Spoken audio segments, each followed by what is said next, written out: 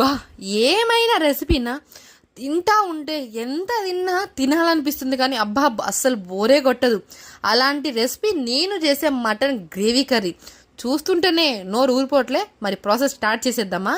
ఒక 1/2 kilo mutton అయితే తెచ్చుకున్నాను. చక్కగా మంచిగా లేతాయి అనమాట. ఇక్కడైతే కుక్కర్ తీసుకొని ఆ కుక్కర్లో మనం తెచ్చుకున్న 1/2 కిలో మటన్ అయితే యాడ్ చేసేసాను. దాంట్లో కొద్దిగంతా సాల్ట్ వేసుకొని శుభ్రంగా ఒక 4 సార్లు కడగడం వల్ల చెత్త చెదరం ఉన్న నీస్ అనేది కొద్దిగా బ్యాలెన్స్ అవుతుంది అనమాట. మటన్ ఉడికిచ్చేటప్పుడు కావాల్సిన స్పైసెస్ అనేది యాడ్ చేసుకోండి. మిరియాలు అండ్ బిర్యానీ ఒక 3, కొద్దిగా లవంగాలు, 1 స్పూన్ కారం చూసుకొని వేసుకోండి. మళ్ళీ తర్వాత కర్రీలో కూడా వేస్తాం. కొద్దిగంత పసుపు అండ్ సాల్ట్ 1 స్పూన్ మీకు టేస్ట్ తగ్గట్టు, and whole garam masala and mutton masala మీ దగ్గర ఏది ఉంటే అది యాడ్ చేసుకోండి. అండ్ లాస్ట్లో ధనియాల పౌడర్ కొద్దిగా. మటన్ మునిగేంత వరకు వాటర్ అనేది యాడ్ చేసుకొని 4 విజిల్ రానివ్వండి. ఆ విజిల్ వచ్చేలోపు ఇంకొక ప్రాసెస్ చెప్తాను. టమాటాలు మిక్సీ పట్టుకోండి, ఒక ఆనియన్ కట్ చేసి పెట్టుకోండి. మీకు నచ్చితే కరివేపాకు, కొత్తిమీర, పుదీనా ఏదైనా యాడ్ చేసుకొని మీకు తగ్గట్టు. ఇక్కడైతే బాండీ పెట్టేసుకోండి. ముందైతే బాండీ పెట్టుకొని ఆయిల్ హీట్ అయినాక బిర్యానీ ఆకు మీ దగ్గర ఏమైనా స్పైసెస్ ఉంటే అది యాడ్ చేసుకోండి. ఆయన కరివేపాకు వేసుకోండి. ఫ్లేవర్ చాలా బాగుంటుంది అనుకోండి. చక్కగా ఆనియన్ వేసుకొని లైట్ గోల్డెన్ కలర్ వచ్చేంత వరకు చక్కగా కలిపేసుకోండి. ఫ్రై చేయండి దగ్గరుండి. ఆనియన్ కాస్త మాడిందో మీ టేస్ట్ పోతుంది, అంటే మటన్ టేస్ట్ అంతే పోతుంది కంప్లీట్గా.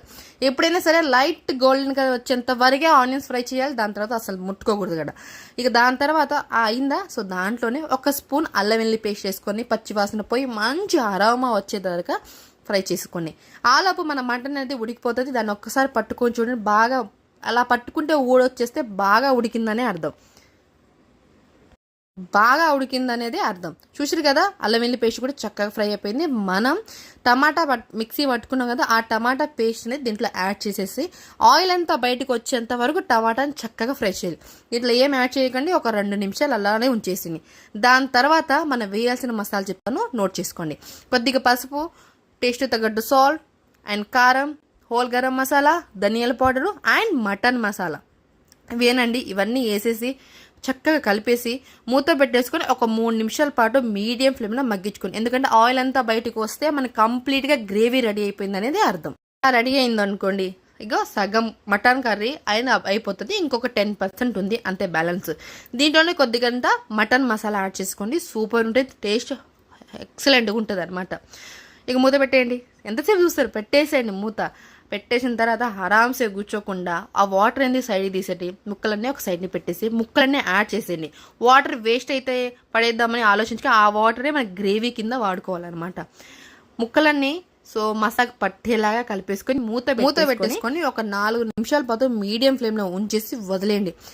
ఏం అరోమా ఇల్లంతా వచ్చేస్తుంది అనమాట. అంత బాగుంటుంది ఈ మటన్ గ్రేవీ కర్రీ. పలావ్ కానీ, చపాతి, పుల్కాయని, రోటీ దేని మీదైనా బాగుంటుంది. ఈ మనం ఉంచేసిన వాటర్ని కాసేపు బాయిల్ చేసుకుంటే సూప్ లాగా కూడా తాగేయచ్చు అనమాట.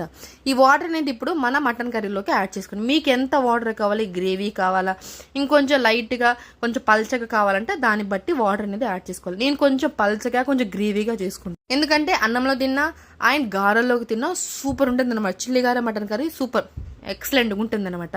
దీంట్లోనే లాస్ట్ కొత్తిమీర వేసేసి దింపేయకండి, అలానే మరగనివ్వండి.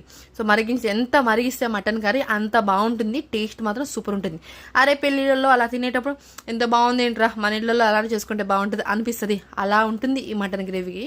సో ఒక్కసారి టేస్ట్ చేయండి. ఇలా చేసుకొని అసలు మర్చిపోరే, అసలు మైండ్ బ్లోయింగ్ అనమాట మీకు మాత్రం. సో కొత్తిమీర కూడా యాడ్ చేసేసేయండి. యాడ్ చేసి చక్కగా కాడలతోనే యాడ్ చేయండి, చాలా బాగుంటుంది.